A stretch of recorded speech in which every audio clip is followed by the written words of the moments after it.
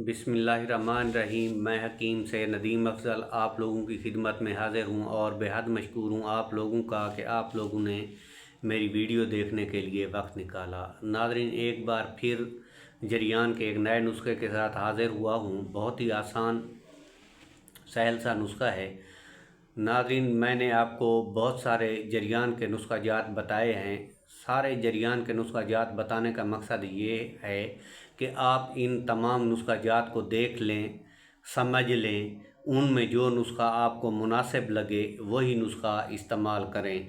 क्योंकि बाज़ औक़ात बहुत सारे नुस्खा जात होते हैं, बाज़ औक़ात कीमत में महंगे होते हैं, बाज़ औक़ात इलाक़ों का फ़र्क होता है। एक बूटी एक जगह पे अवेलेबल होती है, एक जगह पे नहीं अवेलेबल होती। तो सारे नुस्खा जात शेयर करने का मकसद ये है कि कोई तो चीज़ होगी जो आपके पास अवेलेबल होगी। जितने भी नुस्खा जात मैंने शेयर किए हैं, इसमें कुछ नुस्खा जात ऐसे हैं जो आप घर में मौजूद चीज़ों से भी बना सकते हैं। कुछ नुस्खा जात ऐसे हैं जो पंसारी से आसानी से मिल जाते हैं। कुछ नुस्खा जात ऐसे हैं कि वो पाकिस्तान में तो मिल सकते हैं, हिंदुस्तान में जो है अवेलेबल नहीं है। और कुछ नुस्खा जात ऐसे हैं जो हिंदुस्तान में अवेलेबल हैं, पाकिस्तान में अवेलेबल नहीं हैं। तो इसीलिए तमाम बातों को मद्देनज़र रखते हुए मैंने नुस्खों की जो है सीरीज़ शाये की है। तमाम नुस्खों को आप चेक कर लें, एक मरतबा तसल्ली से देख लें, जो नुस्खा आपको मुनासिब लगे वही नुस्खा इस्तेमाल करें। बाकी ये जितने भी नुस्खा जात मैं शेयर कर रहा हूँ, ये मुस्तनद नुस्खा जात हैं। ये आयुर्वेदिक की किताब इंसाइक्लोपीडियाज़ ऑफ आयुर्वेदिक से लिया गए हैं। कोई नुस्खा जो है इसमें ज़ाती तौर पे जो है मैंने बयान नहीं किया। ये मुस्तनद नुस्खा जात हैं और ये जो है पुरखों के जो है आजमाए हुए नुस्खा जात हैं। ये कोई नया नुस्खा नहीं है या हमने कोई अपनी तरफ से इजाफत किसी नुस्खा में भी नहीं की। कोई इजाफी नुस्खा नहीं है या कोई ऐसा नुस्खा नहीं है जो तजर्बे से गुज़रा हुआ ना हो। ये जितने भी हैं मुस्तनद और तजर्बे शुदा नुस्खे हैं।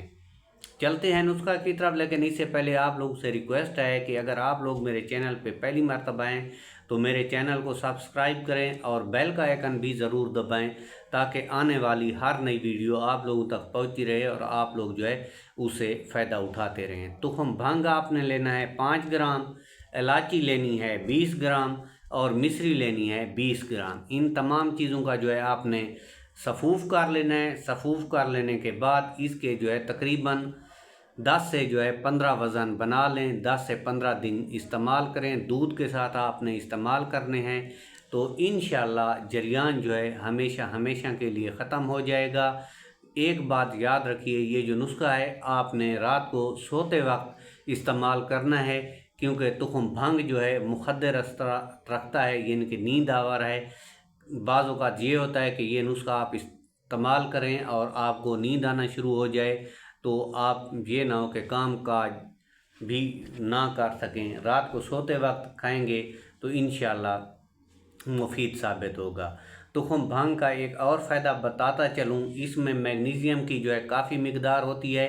ये नींद के साथ साथ दिमाग को भी ताकत देता है और दिमाग को पुरसकून भी रखता है और रिलैक्स भी रखता है। बहुत ही आला किस्म की चीज़ है तुखम भांग। घबराने की कोई ज़रूरत नहीं है। अल्लाह आपका हामी और नासिर हो। अल्लाह निगहबान।